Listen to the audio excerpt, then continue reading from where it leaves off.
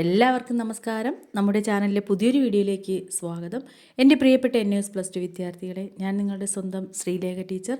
നമ്മൾ 2024 ഏപ്രിൽ എക്സാമിലേക്ക് വേണ്ടിയിട്ട് അതായത് നമ്മുടെ ബിസിനസ് സ്റ്റഡീസ് ആണല്ലേ നമ്മളിപ്പോൾ പഠിച്ചുകൊണ്ടിരിക്കുന്നത്. അതിൽ നിന്ന് നമ്മൾ കഴിഞ്ഞ ദിവസം പഴയ ടെക്സ്റ്റിലുള്ള 16ാമത്തെ ചാപ്റ്റർ പുതിയ ടെക്സ്റ്റിലേക്ക് വരുമ്പോൾ അത് 12ാമത്തെ ചാപ്റ്ററാണ്.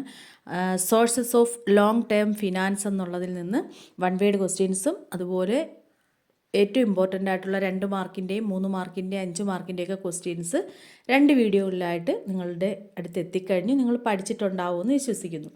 നെക്സ്റ്റ് നമ്മൾ ടെക്സ്റ്റിലെ 17ാമത്തെ പഴയ ടെക്സ്റ്റ് ആയിരിക്കും മിക്കവാറും പേരുടെ കൈകളിലും ഉണ്ടാവുക. അതിൽ 17ാമത്തെ ചാപ്റ്ററും ഇപ്പോഴത്തെ പുതിയ സിലബസ് പ്രകാരമാണെങ്കിൽ 10ാമത്തെ ചാപ്റ്ററാണ്, ഫിനാൻഷ്യൽ മാനേജ്മെൻറ്റ് എന്നുള്ള ചാപ്റ്ററാണ്. അതിൽ നിന്നുള്ള 1 വേർഡ് ക്വസ്റ്റ്യൻസ് ആണ് ഇന്ന് നമ്മൾ ഡിസ്കസ് ചെയ്യുന്നത്. ഇനി ഒരു ചാപ്റ്റർ കൂടി, അതായത് പഴയ ടെക്സ്റ്റിലെ 18ാമത്തെ ചാപ്റ്റർ, പുതിയത് വരുമ്പോൾ 13, ഇന്ത്യൻ ഫിനാൻഷ്യൽ മാർക്കറ്റ് കൂടി ആകുമ്പോൾ 20 മാർക്കിനുള്ള ക്വസ്റ്റ്യൻസ് നമ്മൾ കവർ ചെയ്ത് കഴിയും. ഓക്കെ, ഞാൻ പറഞ്ഞു പഴയ സിലബസ് പ്രകാരം പഠിക്കുന്നവർക്ക് 17, 18, അതായത് പുതിയ ടെക്സ്റ്റിലുള്ള 10ഉം 13 ഈ 2 ചാപ്റ്റേഴ്സ് എന്ന് പറയുന്നത് അവർക്ക് കൂടി ഉപയോഗപ്രദമാവുന്നതാണ്. അപ്പോൾ ഈ ചാപ്റ്റർ കൂടാതെ ഒരു ചാപ്റ്റർ കൂടി കഴിയുമ്പോൾ 20 മാർക്കിനുള്ളത് നിങ്ങൾ പഠിച്ചു കഴിയും. ഇനി നമുക്ക് വെയിറ്റേജ് നോക്കി അടുത്തൊരു 20 മാർക്ക് സ്കോർ ചെയ്യുന്ന ചാപ്റ്റേഴ്സ് കൂടി പഠിക്കാൻ പറ്റുമെന്നാണ് വിശ്വാസം. സമയം അറിയില്ല, എനിക്ക് പറ്റുമെന്നുള്ളിടത്തോളം ക്ലാസ്സുകൾ ഞാൻ തരാം. വീഡിയോയിലേക്ക് പോകുന്നതിന് മുമ്പ് നിങ്ങൾക്ക് ഒരു നഷ്ടവും സംഭവിക്കാനില്ല. നമ്മുടെ ചാനലൊന്ന് സബ്സ്ക്രൈബ് ചെയ്യുക, അല്ലേ? നിങ്ങളെ സപ്പോർട്ട് ചെയ്യുന്ന ടീച്ചറിനെ നിങ്ങളും സപ്പോർട്ട് ചെയ്യുക. അതുപോലെ വീഡിയോ ലൈക്ക് ചെയ്ത് കാണുക, നിങ്ങളുടെ അഭിപ്രായങ്ങൾ കമൻസിലൂടെ അറിയിക്കുക. എപ്പോഴും നിങ്ങൾക്ക് എന്ത് ഡൗട്ടും ചോദിക്കാം. അതുപോലെ എന്തെങ്കിലും ആവശ്യങ്ങളുണ്ടെങ്കിൽ മെസ്സേജ് ചെയ്യാം, കോൾ ചെയ്യാം. ഞാൻ തന്നെ ആവും കോൾ അറ്റൻഡ് ചെയ്യുക. ഓക്കെ, പുതിയ അഡ്മിഷനും സ്റ്റാർട്ട് ചെയ്ത് കഴിഞ്ഞു 2025 ഏപ്രിലേക്ക്. അപ്പോൾ അതിലേക്ക് ആർക്കെങ്കിലും അഡ്മിഷൻ എടുക്കാൻ താല്പര്യമുണ്ടെങ്കിലോ ട്യൂഷൻ ആവശ്യമുണ്ടെങ്കിലോ ഇനിയിപ്പോൾ ബിസിനസ് സ്റ്റഡീസോ ഹിസ്റ്ററിയോ ഏതെങ്കിലും സബ്ജക്റ്റിന് സ്പെഷ്യലായിട്ട് ട്യൂഷൻ വേണമെങ്കിലോ ഒക്കെ നിങ്ങൾക്ക് കോൺടാക്റ്റ് ചെയ്യാം. ഓക്കെ, 10ാമത്തെ ചാപ്റ്റർ പഴയ ടെക്സ്റ്റിൽ 17ാമത്തേത് ഫിനാൻഷ്യൽ മാനേജ്മെൻറ്റ് എന്നുള്ളതാണ്. അതിൽ നിന്നുള്ള ടെക്സ്റ്റിൻ്റെ പുറകിലുള്ള 1 വേർഡ് ക്വസ്റ്റ്യൻസ് ആണ്. A company plans to buy a latest machine which operates on new technology in order to replace an old and outdated machine.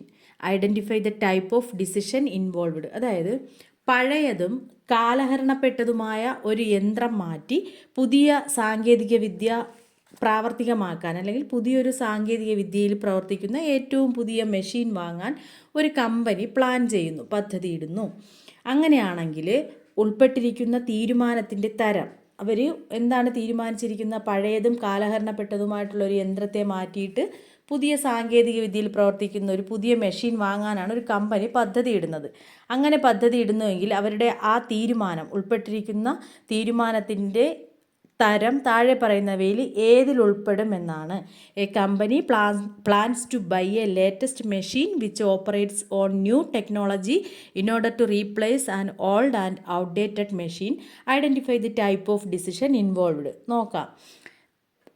Option A investment decision, B financial decision, C dividend decision, D all of the above. ഇതിൽ correct answer A ആണ്. Investment decision എന്നുള്ളതാണ് correct answer. 2ാമത്തെ question.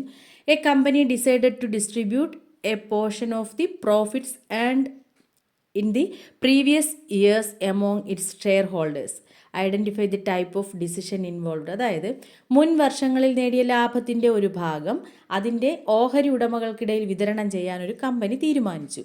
അങ്ങനെയാണെങ്കിൽ അവരുടെ തീരുമാനം ഉൾപ്പെട്ടിരിക്കുന്നത് താഴെ പറയുന്നതിൽ ഏത് വിഭാഗത്തിലാണ് എന്നുള്ളതാണ്. A company decided to distribute a portion of the profits earned in the previous years among its share holders. Identify the type of decision involved.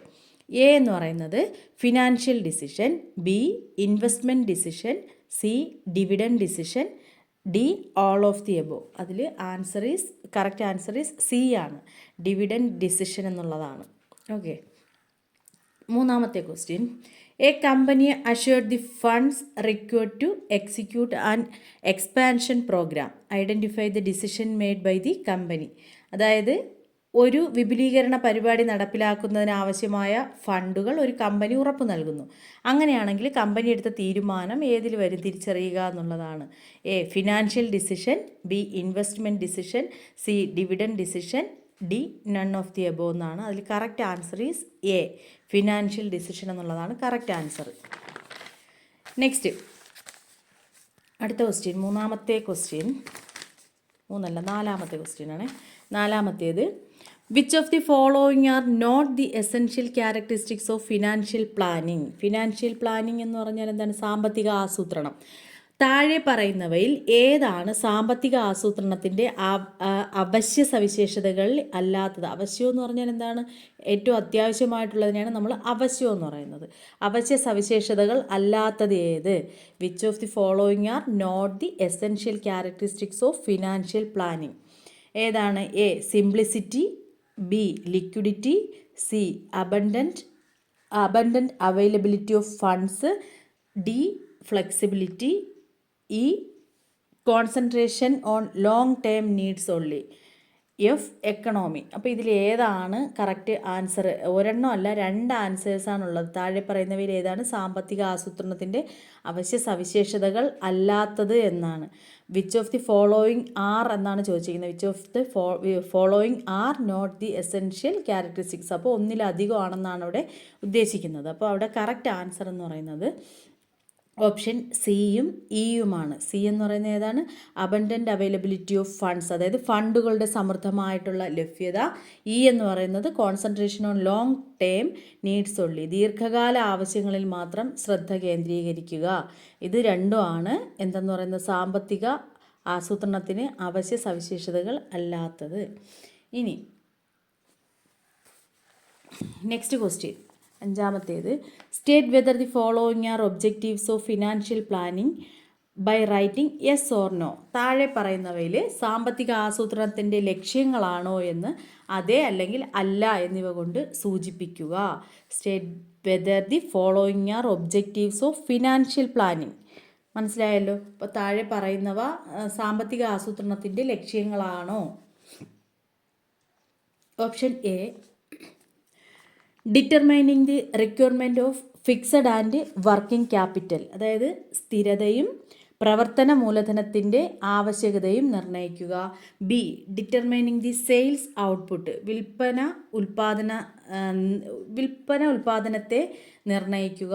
C to ensure the timely availability of funds, ഫണ്ടുകളുടെ സമയോചിതമായിട്ടുള്ള ലഭ്യത ഉറപ്പാക്കുക.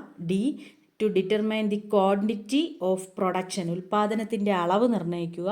E to raise funds at the lowest possible cost, സാധ്യമായ ഏറ്റവും കുറഞ്ഞ ചെലവിൽ fund ശേഖരിക്കുക. ഇവിടുത്തെ ക്വസ്റ്റ്യൻ എന്തായിരുന്നു? സാമ്പത്തിക ആസൂത്രണത്തിൻ്റെ ലക്ഷ്യങ്ങളാണെങ്കിൽ അവ എന്ത് ചെയ്യണം? ആണെങ്കിൽ യെസ് എന്നും അല്ലെങ്കിൽ നോ എന്നും പറയാനാണ്. എ എന്തായിരുന്നു? Determining the requirement of fixed and working capital, സ്ഥിരതയും പ്രവർത്തന മൂല്യത്തിൻ്റെ ആവശ്യകതയും നിർണ്ണയിക്കുക എന്നുള്ളത് യെസ്, അത് ആവശ്യമുള്ളതാണല്ലേ, സാമ്പത്തിക ആസൂത്രണത്തിൻ്റെ ലക്ഷ്യങ്ങളിൽ വരുന്നതാണ്. അപ്പോൾ അവിടെ യെസ്. രണ്ടാമത്തേത് ഡിറ്റർമൈനിങ് ദി സെയിൽസ് ഔട്ട്പുട്ട്, ഉൽപ്പാദനം നിർണ്ണയിക്കുന്നു, അത് നോയാണ്. C to ensure the timely availability of funds, ഫണ്ടുകളുടെ സമയോചിതമായ ലഭ്യത ഉറപ്പുവരുത്തുക, അത് യെസ് ആണ്. ഡി എന്ന് പറയുന്നത് to determine the quantity of production, ഉൽപ്പാദനത്തിൻ്റെ അളവ് നിർണ്ണയിക്കുക, അത് സാമ്പത്തിക ആസൂത്രണത്തിൻ്റെ ലക്ഷ്യങ്ങളിൽ വരുന്നതല്ല, അപ്പം no. E to raise funds at the lowest possible cost, സാധ്യമായ ഏറ്റവും കുറഞ്ഞ ചിലവിൽ ഫണ്ട് ശേഖരിക്കുക, അത് യെസ് ആണ്. ഓക്കെ, നെക്സ്റ്റ് ആറാമത്തെ question, state whether we require more or less working capital in the following cases. താഴെ പറയുന്ന കേസസിൽ, സന്ദർഭങ്ങളിൽ നമുക്ക് മോർ എന്ന് പറഞ്ഞാൽ കൂടുതൽ, ലെസ് എന്ന് പറഞ്ഞാൽ കുറവ്, അങ്ങനെ എന്ത് ചെയ്യുക? പ്രവർത്തന മൂലധനം ആവശ്യമുണ്ടോ എന്ന് പരിശോധിക്കാനാണ്. A company manufacturing iron and steel, അതായത് ഈ പറയുന്ന കാര്യങ്ങളിൽ എന്താണ് പ്രവർത്തന മൂലധനം ആവശ്യമുണ്ടോ എന്നുള്ളതാണ്. കൂടുതൽ ആവശ്യമുണ്ടോ അല്ലെങ്കിൽ കുറവാണോ ആവശ്യം, അങ്ങനെയാണ്. ഒരു കമ്പനി അയണും സ്റ്റീലും ഉൽപ്പാദിപ്പിക്കുന്ന ഒരു കമ്പനി, നിർമ്മിക്കുന്ന ഒരു കമ്പനിക്ക് എങ്ങനെയായിരിക്കണം? പ്രവർത്തന മൂലധനം മോർ, അവിടെ മോറാണ്. B a bread manufacturing company having high inventory turn over. അതിൽ എന്താണ്, അതായത് ഉയർന്ന വിറ്റുവരവ് പട്ടികയുള്ള ഒരു ബ്രെഡ് നിർമ്മാണ കമ്പനിക്ക് അവിടെ പ്രവർത്തന മൂലധനത്തിൻ്റെ ആവശ്യമുണ്ടോ, അത് ലെസ്സാണ്. C a large size business enterprise making toys, കളിപ്പാട്ടം നിർമ്മിക്കുന്ന ഒരു വലിയ ബിസിനസ് സംരംഭം, അത് മോറാണ്. D a company manufacturing furnitures against orders only, ഒരു കമ്പനി ഓർഡറുകൾക്കെതിരെ മാത്രം ഫർണിച്ചറുകൾ നിർമ്മിക്കുക എന്നുള്ളത് അവിടെ പ്രവർത്തന മൂലധനത്തിൻ്റെ ആവശ്യം ലെസ്സാണ്. Next a company manufacturing of coolers or refrigerators, അവിടെ എന്താണ്, റെഫ്രിജറേറ്ററുകളും കൂളറുകളും ഒക്കെ നിർമ്മിക്കുന്ന ഒരു കമ്പനി, അവിടെ മോറാണ്. ക്ലിയർ ആയല്ലോ. അടുത്തത് match the following items in column A with column B. Column എയിൽ എത്ര എണ്ണം ഉണ്ട്, 2, 4, 6 എണ്ണം ഉണ്ട്, എ മുതൽ എഫ് വരെ. Fixed capital, public utilities, C എന്താണ്, permanent working capital, D goodwill, E എന്ന് പറയുന്നത് ഫ്ലക്ച്വറിങ് വർക്കിംഗ് ക്യാപിറ്റൽ, എഫ് എന്ന് പറയുന്നത് ലെങ്ത് ഓഫ് പ്രൊഡക്ഷൻ സൈക്കിൾ. ഇതിൽ ഓരോന്നിനും മാച്ച് ആവുന്നത് എ എന്താണ്, ഫിക്സഡ് ക്യാപിറ്റൽ, അതിന് കറക്റ്റായിട്ട് വരുന്നത് ആൻസർ ഇപ്പുറത്തെ സൈഡിൽ മൂന്നാമത്തേതാണ്. ലോങ് ടേം ഫിനാൻസ് എന്നുള്ളതാണ് കറക്റ്റ് ആൻസർ. ബി പബ്ലിക് യൂട്ടിലിറ്റീസിൽ വരുന്നത് ഏതാണ്, പബ്ലിക് യൂട്ടിലിറ്റീസാണ് ടെലഫോൺ കമ്പനി എന്നുള്ളത്. സി പെർമനൻറ്റ് വർക്കിംഗ് ക്യാപിറ്റൽ എന്നുള്ളിടത്ത് ഏത് വരും, ആറാമത്തേതാണ് ആൻസർ, ഫിക്സഡ് വർക്കിംഗ് ക്യാപിറ്റൽ എന്നുള്ളതാണ്. ഡി ഗുഡ് വിൽ എന്നുള്ളിടത്ത് ഏത് വരും, ഇപ്പുറത്തെ സൈഡിൽ അഞ്ചാമത്തേതാണ്, റൈറ്റ് സൈഡിൽ നിന്ന് ബി കോളം, അതിൽ നിന്ന് അഞ്ചാമത്തേത് എന്താണ്, ഇൻറ്റാഞ്ചിബിൾ ഫിക്സഡ് അസറ്റ് എന്നുള്ളത്. ഈ ഫ്ലക്ച്വറിങ് വർക്കിംഗ് ക്യാപിറ്റൽ എന്നുള്ളതിൻ്റെ കറക്റ്റ് ആൻസർ റൈറ്റ് സൈഡിൽ നിന്ന് ഏത് വരും, ഫസ്റ്റ് കിടക്കുന്നതാണ് short term finance. F length of production cycle എന്നുള്ളത് രണ്ടാമത് കിടക്കുന്ന ആൻസറാണ്, റൈറ്റിൽ വർക്കിംഗ് ക്യാപിറ്റൽ റിക്വയർമെൻറ്റ് എന്നുള്ളതാണ്. ഓക്കെ, ഇത് ഞാൻ നിങ്ങൾക്ക് ആൻസർ ഉൾപ്പെടെ എന്ത് ചെയ്യാം, കാണിച്ച് മനസ്സിലാക്കി തന്നാണ് പറഞ്ഞു പോകുന്നത്. ഓക്കെ, നെക്സ്റ്റ് 7ാമത്തെ question. Give the full form of the following abbreviations. താഴെ തന്നിരിക്കുന്നവരുടെ ഫുൾ ഫോം എഴുതാൻ. PAT അതിൻ്റെ ഫുൾ ഫോം എന്താണ്, profit after tax. Profit after tax ആണെങ്കിൽ എന്താണ്, PATയും. PBT നെക്സ്റ്റ് 2 ബി ഏതാണ്, PBT പ്രോഫിറ്റ് ബിഫോർ ടാക്സ്. മനസ്സിലായല്ലോ. PAT ആണെങ്കിൽ പ്രോഫിറ്റ് ആഫ്റ്റർ ടാക്സ്, PBT എന്ന് പറഞ്ഞാൽ പ്രോഫിറ്റ് ബിഫോർ ടാക്സ്. അങ്ങനെയാണെങ്കിൽ PBIT അതെന്താണ്, profit before interest and tax. മനസ്സിലായല്ലോ, profit before interest and tax. Next question. List any 5 factors affecting the dividend decision of company. കമ്പനിയുടെ ലാഭകരമായ തീരുമാനത്തെ അല്ലെങ്കിൽ നേട്ടത്തെ ബാധിക്കുന്ന 5 ഘടകങ്ങൾ ഏതെല്ലാം? കമ്പനിയുടെ ലാഭകരമായിട്ടുള്ള തീരുമാനമല്ലേ, നല്ല കാര്യങ്ങൾ, അതിനെ സ്വാധീനിക്കുന്ന 5 ഘടകങ്ങൾ. List any 5 factors affecting the dividend decision of company. ഒന്നാമത്തേത് എന്താണ്, financial needs of the company, കമ്പനിയുടെ സാമ്പത്തിക ആവശ്യങ്ങൾ. രണ്ടാമത്തേത് ലിക്വിഡിറ്റി, അതിൻ്റെ ദ്രവ്യത. മൂന്നാമത്തേത് ആക്സസ് ടു ക്യാപിറ്റൽ മാർക്കറ്റ്, മൂലധന വിപണിയിലേക്കുള്ള പ്രവേശനം. 4 ടാക്സ് പോളിസി, അത് എന്താണ്, നികുതി നയം. 5 ലീഗൽ കോൺസ്ട്രെയിൻസ്, അതായത് നിയമപരമായിട്ടുള്ള നിയന്ത്രണങ്ങൾ. ഇവ ഇത്രയുമാണ് എന്തെന്ന് പറയുന്നത്, ഒരു കമ്പനിയുടെ ലാഭകരമായിട്ടുള്ള കാര്യങ്ങളെ ബാധിക്കുന്ന ഘടകങ്ങളെന്ന് പറയുന്നത്. List any 5 factors affecting the dividend decision of the company എന്ന് ചോദിച്ചാൽ financial needs of the company, liquidity, access to capital market, tax policy, legal constraints എന്നുള്ളതാണ്. 4-5 എണ്ണം. Next last question. State the meaning of the following terms in. നിങ്ങൾക്ക് മനസ്സിലാവുന്നുണ്ടോ എന്നൊന്ന് comment ചെയ്തേക്കണേ. സത്യത്തിൽ ഞങ്ങളുടെ സെൻറ്ററിൽ, അതായത് ഞാൻ പഠിപ്പിക്കുന്ന എൻ്റെ ഇൻസ്റ്റിറ്റ്യൂഷനിൽ ബിസിനസ് സ്റ്റഡീസ് ഇല്ല. ഞങ്ങൾക്കുള്ളത് Malayalam, English, politics, sociology, history 5 സബ്ജക്റ്റേ ഉള്ളൂ. നിങ്ങൾക്ക് വേണ്ടിയിട്ട് ഞാൻ, നിങ്ങൾക്കെന്ന് പറഞ്ഞാൽ കഴിഞ്ഞ ഒരു ബാച്ച് 2 ബാച്ച് മുന്നേ ഗൈഡ് വാങ്ങിയിരുന്നു. അപ്പോൾ ഒരുപാട് ക്ലാസ്സുകളൊന്നും യൂട്യൂബിൽ ഞാൻ നോക്കിയിട്ട് ബിസിനസ് സ്റ്റഡീസിന് കിട്ടുന്നില്ല നിങ്ങൾക്ക്. അപ്പോൾ ഞാൻ വിചാരിച്ചു എന്താണ്, എങ്ങനെയെങ്കിലും കുറച്ച് പേരെ കരകയറ്റണമെന്ന് എനിക്ക് അതിയായിട്ടുള്ള ആഗ്രഹമുള്ളത് കൊണ്ട് മാത്രമാണ് ഞാൻ റിസ്ക് എടുത്ത് എന്ത് ചെയ്യുന്നത്, നിങ്ങൾക്ക് വേണ്ടിയിട്ട് ഈ വീഡിയോസ് ചെയ്യുന്നത്. അതുകൊണ്ടാണ് ഞാൻ പറയുന്നത് നിങ്ങൾ സപ്പോർട്ട് ചെയ്യണം എന്ന് പറയുന്നത്. യഥാർത്ഥത്തിൽ എനിക്കിപ്പോൾ ഈ സബ്ജക്റ്റ് ഞങ്ങളുടെ സെൻറ്ററിലില്ല, പഠിപ്പിക്കാനായിട്ടില്ല. അപ്പോൾ കുറേ പേരിങ്ങനെ പേഴ്സണലി വന്ന് ചോദിക്കുന്നുണ്ട്, എങ്ങനെയെങ്കിലും കുറച്ച് ക്വസ്റ്റ്യൻസ് എങ്കിലും പറഞ്ഞു തരാമോ എന്ന് പറഞ്ഞിട്ടുണ്ട്. അങ്ങനെ കുറച്ച് പേരെങ്കിലും ഒന്ന് ഞാൻ കാരണം ജയിക്കാനായിട്ട് ഞാൻ പഠിപ്പിക്കുന്നത് കേട്ടിട്ട് കുറച്ച് പേർക്കെങ്കിലും പാസ്സാവാൻ കഴിഞ്ഞിട്ടുണ്ടെങ്കിൽ അതിൻ്റെ ഒരു നന്മ എനിക്കും വന്നു ചേരുമല്ലേ. അപ്പോൾ അതുകൊണ്ടാണ് ഞാൻ വിചാരിച്ചത്, നിങ്ങൾക്ക് വേണ്ടിയിട്ട് ഒരുപാടൊന്നും ഇല്ലെങ്കിലും വെയിറ്റേജ് നോക്കിയിട്ട് ഒരു 50-55 മാർക്കിനുള്ളിലുള്ളത് പഠിപ്പിക്കാമെന്ന് കരുതിയത്. എവിടെയെങ്കിലുമൊക്കെ എന്തെങ്കിലുമൊക്കെ ചിലപ്പോൾ മിസ്റ്റേക്കുകൾ വന്നേക്കാം, നിങ്ങൾ എന്നെ ക്ഷമിക്കുക അല്ലേ. നമ്മൾ നേരിട്ടൊരു ക്ലാസ്സിലിരുന്ന് പഠിപ്പിക്കുമ്പോഴായാലും എനിക്ക് മിസ്റ്റേക്കുകൾ വരാറുണ്ട്. നമ്മൾ സോറി പറഞ്ഞിട്ട് അടുത്തത് പഠിപ്പിക്കാറുണ്ട്. അതുപോലെ തന്നെ നിങ്ങളങ്ങ് ക്ഷമിച്ചേക്ക് പിള്ളേരെ എന്ന് പറഞ്ഞിട്ട് നമ്മൾ തിരുത്തി പോകാറുണ്ട്. നമ്മളാരും വലിയവരൊന്നുമല്ല. അപ്പോൾ തെറ്റുകളൊക്കെ വരാം, ചിലപ്പോൾ പ്രൊനൗൺസ് ചെയ്യുന്നതിലൊക്കെ മിസ്റ്റേക്കൊക്കെ സംഭവിക്കാം. അപ്പോൾ ബിസിനസ് സ്റ്റഡീസ് ഞാൻ നിങ്ങൾക്ക് വേണ്ടി വീഡിയോ ചെയ്യാൻ വേണ്ടിയിട്ട് മാത്രം എടുത്ത് പഠിപ്പിക്കുന്നതാണ്. ആ ഒരു സെൻസിൽ നിങ്ങളും എടുക്കുക. ഓക്കെ, സപ്പോർട്ട് ചെയ്യുക. നിങ്ങൾക്ക് മനസ്സിലാവുന്നുണ്ടോ എന്നുള്ളതാണ് എനിക്ക് പ്രധാനപ്പെട്ട പ്രശ്നം. നമ്മളിപ്പോൾ ഈ സബ്ജക്റ്റ് പഠിപ്പിക്കുന്നോ ഇല്ലയോ എന്നുള്ളതല്ല, നമ്മൾ പഠിപ്പിക്കുന്ന കാര്യങ്ങൾ മറ്റൊരാളിലേക്ക് എത്തുന്നില്ലെങ്കിൽ നമ്മൾ ഈ ചെയ്യുന്നത് കൊണ്ട് ഒരു ഉപയോഗവും ഇല്ല. മുൻ വർഷത്തെ ബാച്ചുകളാണെങ്കിൽ അവർക്കുള്ള അഭിപ്രായങ്ങൾ പറയുമായിരുന്നു, അല്ലെങ്കിൽ അവർ വീഡിയോ ലൈക്ക് ചെയ്ത് കാണുമായിരുന്നു. ഈ വർഷം എന്താണ് സംഭവം എന്നറിയില്ല. ഒരുപാട് പേര് വീഡിയോ ഉപയോഗപ്പെടുത്തുന്നുണ്ട്, യൂസ്ഫുൾ ആവുന്നുണ്ട്. പക്ഷേ ഒറ്റൊരാൾ പോലും അതിനൊരു നല്ലൊരു വാക്ക് പറയില്ല, അല്ലെങ്കിൽ ഒരു നല്ലൊരു കമൻറ്റ്. നിങ്ങൾ ചിന്തിക്കുക, നമുക്കൊരാളൊരു ഉപകാരം ചെയ്താൽ നമ്മൾ എന്താണ് തിരിച്ച് ചെയ്യേണ്ടത്? നല്ലൊരു വാക്ക് നമുക്ക് കൊടുക്കാൻ പറ്റും അവർക്ക്.